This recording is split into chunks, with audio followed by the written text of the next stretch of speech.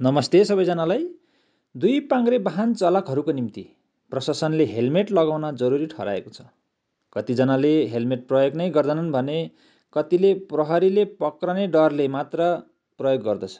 तर कतिजना यस्ता पनि छन् जो आफ्नो सुरक्षाको निम्ति हेलमेट प्रयोग गर्छन्, किनभने हात खुट्टामा चोट लागेमा ठुलो समस्या हुन्न, तर शिरमा चोट लागेमा भयानक समस्या हुन सक्छ। जीवनको निम्ति नै खतरनाक हुन पनि सक्छ। पवित्र शास्त्र बाइबलले एक अद्भुत हेलमेटको बारेमा बताउँदछ।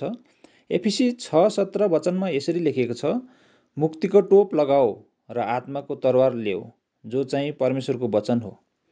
गाडीमा प्रयोग गर्ने हेलमेटले हाम्रो शरीरको रक्षा गर्दछ, तर यो हेलमेटले हाम्रो आत्माको रक्षा गर्छ। यो हेलमेट न त कुनै पसलमा पाइन्छ न कुनै धर्ममा नै। यो हेलमेट केवल प्रभु येशूले मात्र दिनुहुन्छ। यदि हामीलाई आफ्नो आत्माको चिन्ता फिक्री छ भने प्रभु येशू कहाँ आएर आफ्नो पापको क्षमाको लागि विश्वास गर्नुपर्छ, किनकि हाम्रो मुक्तिको निम्ति उहाँले आफैलाई अर्पण गर्नुभयो, बलिदान दिनुभयो।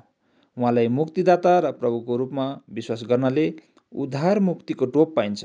यसो गर्न परमेश्वरले सहायता गरून्। धन्यवाद।